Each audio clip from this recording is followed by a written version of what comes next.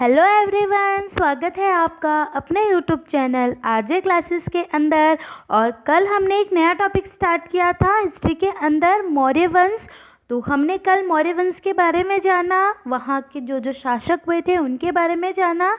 तो अगर आपने वो वीडियोस नहीं देखा है तो ऊपर आई बटन में वो आपको वीडियो मिल जाएगा।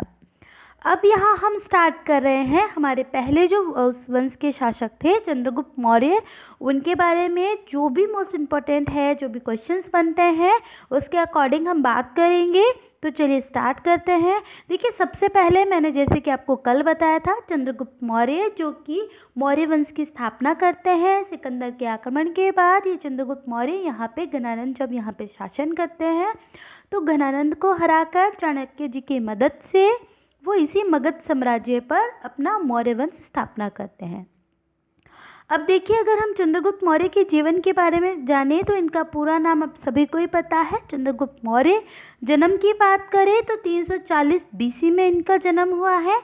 जन्म स्थान की बात करें तो पाटलिपुत्र जो कि बिहार के अंदर आता है। अगर हम इनके माता पिता की बात करें तो नंदा और मुरा है। पत्नी की बात करें तो देखिए दुर्धरा है। वैसे इनके हेलना भी बताई गई है, लेकिन अगर बात करें तो दुर्धरा का नाम आता है।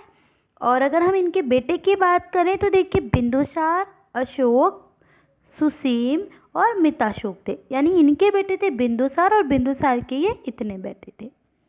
अब आगे अगर हम चंद्रगुप्त मौर्य की बात करें, जैसे कि मैंने इनके शासन की बात करें तो 323 ईसा बीसी से 298 ईसा बीसी तक इन्होंने, ईसा पूर्व तक इन्होंने शासन किया है।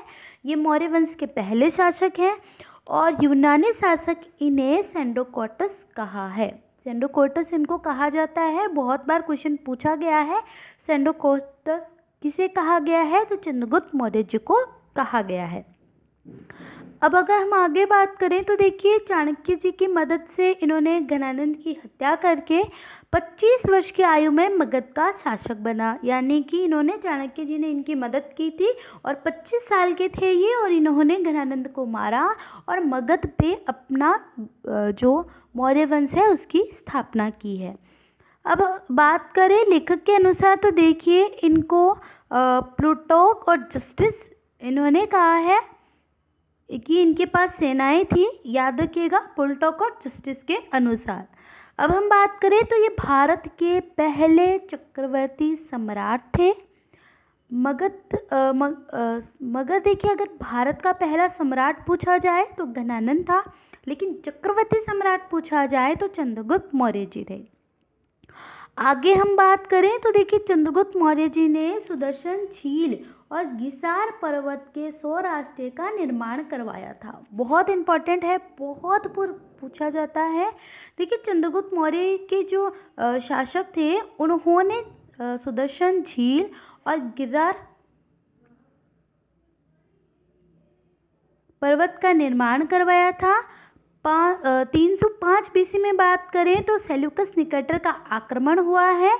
चंद्रगुप्त मौर्य और सेल्यूकस निकेटर के बीच में संधि हुई है।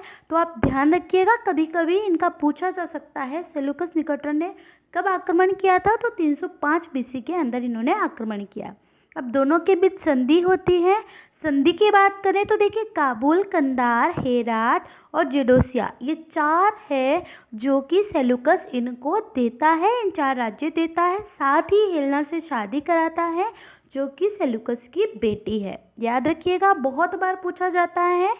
काबुल, कंधार, हेरात और जेडोसिया, तो ये 4 जो है वो इनको, चंद्रगुप्त मौर्य को सेल्यूकस देते हैं और साथ ही अपनी जो उनकी बेटी होती है हेलेना, उससे इनकी शादी करवाते हैं। आगे अगर हम बात करें चंद्रगुप्त मौर्य के लिए मोस्ट इम्पॉर्टेंट, तो देखिए इनके जो चंद्रगुप्त मौर्य के दरबार में सेल्यूकस निकेटर जो हैं वो एक राजदूत भेजते हैं मेगास्थनीज को। और मेगास्थनीज की जो इंडिका पुस्तक है उसी के अकॉर्डिंग हम बताते हैं कि मौर्य वंश कैसा था। तो मेगास्थनीज की लिखी गई पुस्तक थी इंडिका, जिससे हमें मौर्य वंश के बारे में संपूर्ण जानकारी मिलती है। तो मेगास्थनीज को भेजने वाले कौन थे? Seleucus Nicator. सेल्यूकस निकेटर ने 500 हाथी उपहार में दिए थे चंद्रगुप्त मौर्य जी को।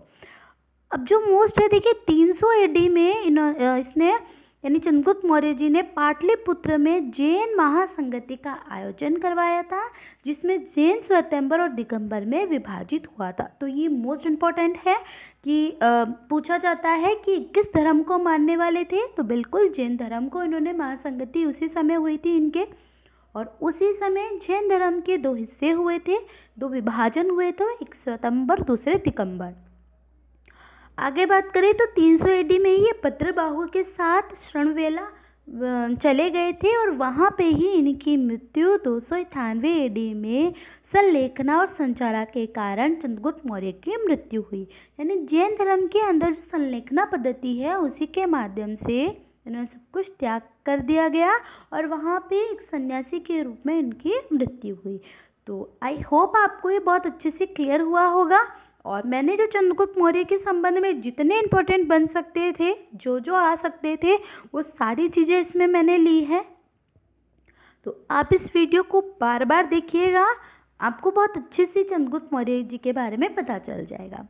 आज के लिए इतना ही। नेक्स्ट हम बिंदुसार को देखेंगे अगले वीडियो के अंदर। अगर आप हमारे चैनल पर नए हैं तो प्लीज़ चैनल को सब्सक्राइब कीजिएगा, लाइक कीजिएगा एंड शेयर कीजिएगा। Thank you.